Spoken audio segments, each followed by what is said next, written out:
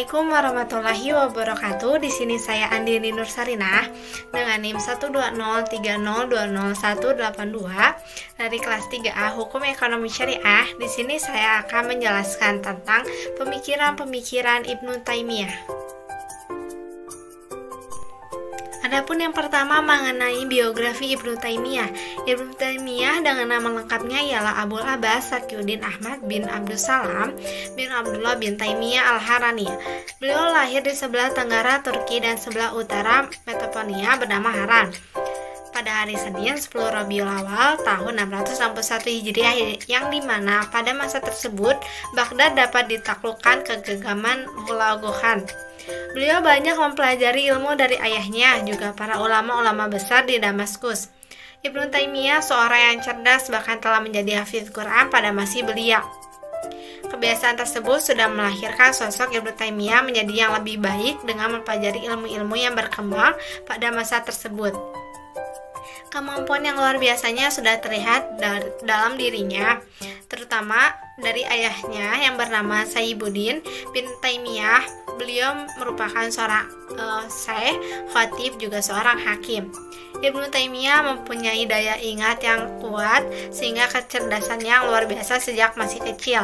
Ibnu Taimiyah juga rajin mempelajari banyak ilmu serta mendalaminya hingga mempunyai kemampuan yang sudah tidak bisa diremehkan oleh banyak orang, dan pantas menjadi pemimpin untuk menegakkan ajaran Islam. Sampai akhirnya beliau mendapatkan gelar sebagai seorang imam yang sudah diyakini para ulama-ulama besar dengan kelebihannya dalam mempelajari ilmu dan keimanan agama. Selanjutnya, pada pembahasan ini saya akan menjelaskan tentang pokok-pokok pemikiran Ibnu Taimiyah. Pada yang pertama, adapun pemikiran Ibnu Taimiyah ialah doktrin kekhalifahan. Ibnu Taimiyah menghindari perbuatan-perbuatan yang buruk pada saat itu, seperti menjauhi perbuatan bid'ah, syirik, kufara, perkuturan seseorang, dan sebagainya. Hal-hal yang buruk itu dihilangkan, sehingga mendorong Ibnu Taimiyah untuk melihat kondisi sosial masyarakat, yaitu tidak mengakui kehujahan hadis bahwa pemimpin harus dari bangsa Quraisy. Sebab di dalam hadis tersebut terdapat aspek yang menarik perhatian pada perkulturan suatu bangsa ataupun golongan. Ibnu Taimiyah juga berpendapat bahwa Al-Quran itu memuliakan manusia atas dasar ketakwaannya, bukan karena kebangsaan maupun keturunannya. Selanjutnya, pada pemikiran ini Ibnu Taimiyah mengenai tentang konsep negara dan kepemimpinan negara. Ibnu Taimiyah menyatakan bahwa mengatur urusan umat termasuk kewajiban-kewajiban agama yang sangat terpenting, tetapi tidak berarti agama tidak bisa tegak tanpa adanya negara. Kepentingan manusia menurutnya tidak bisa terpenuhi kecuali dengan bergabung menjadi suatu masyarakat, mengumpulkan kepentingan satu sama lain. Ketika berkumpul, maka harus ada seorang pemimpin. Agama yang memiliki seperangkat hukum, pemerintah dan larangan Allah memerintahkan manusia supaya melaksanakan amar ma'ruf dan meninggalkan kejahatan. Jihad, keadilan, ibadah haji, bermasyarakat yang teratur, menolong orang yang teraniaya, dan yang lainnya. Semua tersebut tidak bisa terlaksana dengan baik kecuali dengan adanya kekuasaan dan seorang pemimpin. Pemerintahan Ibnu Taimiyah berpendapat bahwa membentuk imarah atau kepemimpinan adalah kewajiban asasi dalam agama. Alasan yang dikemukakan adalah bahwa upaya menegakkan agama dan mencapai kemaslahatan bagi segenap manusia mustahil dapat direalisasikan tanpa adanya suatu perkumpulan seorang kepemimpinan yang bersifat mengikat dan dapat memenuhi kebutuhan mereka. Ibnu Taimiyah sangat menekankan keharusan menegakkan kepemimpinan negara untuk membela agama, karena ia benar-benar yakin bahwa tujuan Islam adalah menciptakan suatu ketertiban sosial di mana nilai-nilai dasar Al-Quran dan As-Sunnah dilaksanakan. Tata sosial seperti ini tidak dapat terrealisasikan secara ideal tanpa negara. Itulah sebab mengapa Ibnu Taimiyah pernah menyatakan bahwa agama tidak akan mungkin hidup tanpa negara. Selanjutnya ialah mengenai tentang pokok pemikiran institusi negara. Mengelola kapasitas alam dengan berkelompok adalah keniscayaan. Dengan konsep tersebut kemudian akan memunculkan institusi negara. Gagasan yang terkenal dari Ibnu Taimiyah ialah pemikiran organis terkait memandang suatu institusi, sebab Ibnu Taimiyah menekankan begitu pentingnya suatu institusi dalam pengelolaan masyarakat, dengan begitu akan terciptanya suatu keadilan bagi masyarakat. Lembaga tersebut merupakan bagian dari pemerintahan Islam. Lembaga Hizbah ialah suatu lembaga negara yang berwenang luas di bidang perekonomian dan pasar.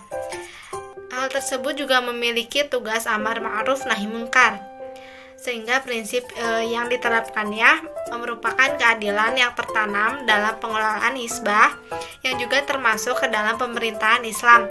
Dengan begitu, hal ini menjadi syarat adanya pertolongan Tuhan. Tujuannya adalah membentuk Islam sistem pemerintahan yang didasari oleh syariat Dewan Syariah Nasional dan Dewan Pengawasan Syariah. Dewan Pengawasan Syariah yaitu sekelompok orang yang memahami juga syariah dengan yang kemudian akan dibahas pada rapat umum pemegang saham atas rekomendasi dari MUI. Kemudian bertugas juga dalam memberikan saran dan nasihat kepada direksi yang akan sebagai pengawas terhadap kegiatan perusahaan sesuai dengan konsep syariahnya. Pada pokok pemikiran ini mengenai tentang kosmopolitanisme, yang dimana Ibnu Taimiyah pada gagasannya selalu berpedoman pada Al-Quran dalam berpikir, serta kosmopolitanisme pun gagasan ini disebutkan dalam Al-Quran surat Al-Anbiya ayat 107, yang dimana Islam merupakan suatu agama yang benar dan harus menjadi kebaikan bagi seluruh alam. Jika dilihat dari sudut pandang radikal pada aspek kenegaraan dan politik, bahwa Ibnu Taimiyah lebih unggul dalam pemikiran keadilan universalnya, termasuk dalam menilai keimanan seseorang. Karena hal tersebut, perang sering terjadi dari berbagai bangsa. Mobilitas penduduknya sangat tinggi dan menghasilkan kerawanan dalam kehidupan bernegara. Kondisi tersebut sulit dibentuk atas dasar kestabilan politik, keserasian sosial, dan pertumbuhan moral dan akhlak. Selanjutnya, adapun analisis dari pokok pemikiran Ibnu Taimiyah.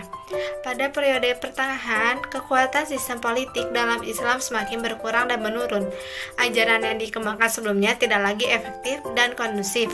Kemudian di masa periode pertengahan muncul suatu pemikiran politik yang cenderung unik dengan periode Sunni klasik sebelumnya. Salah satunya ialah pemikiran dari Ibnu Taimiyah. Ibnu Taimiyah berpendapat bahwa kelompok dalam pengelolaan alam adalah suatu keniscayaan, di mana sebuah institusi negara lahir dari adanya konsep pemikiran tersebut. Dalam pandangan Ibnu Taimiyah, menjadikan Al-Quran sebagai landasan pedomannya, landasan berpikir, serta pemikirannya kosmopolitanisme. Pemikiran ini kemudian muncul dan memiliki pandangan bahwa Islam adalah agama kebenaran yang harus menjadi satu dan harus menjadi utama dalam masyarakat.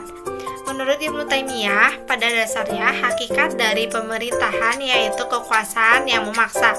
Pemerintahan diperlakukan apabila manusia menginginkan hidup di masyarakat dengan damai serta tidak ingin adanya kehancuran akibat keegoisan dari manusia tersebut.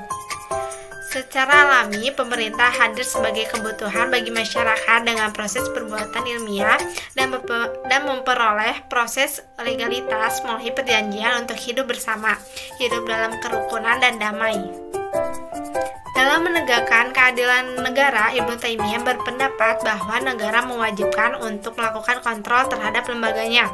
Lembaga tersebut adalah lembaga hizbah yang menjadi satu aspek dari pemerintahan Islam ketika mengelola perihal distribusi perekonomian dan pasar dalam negara tersebut. Penguasaan terhadap pemerintah dipatuhi berdasarkan konsep yang berkaitannya dengan jiwa serta hukum-hukum Islam sesuai dengan ajaran Al-Quran dan Sunnah, yang tentunya juga yang diperintahkan oleh Allah Subhanahu wa Ta'ala.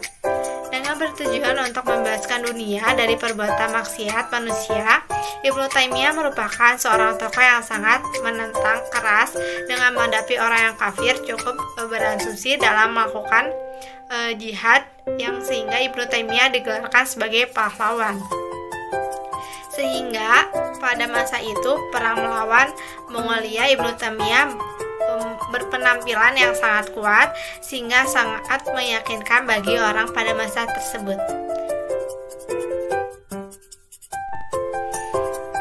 Mungkin cukup sekian pembahasan dari saya. Mohon maaf apabila ada salah kata. Cukup sekian. Wassalamualaikum warahmatullahi wabarakatuh. Terima kasih.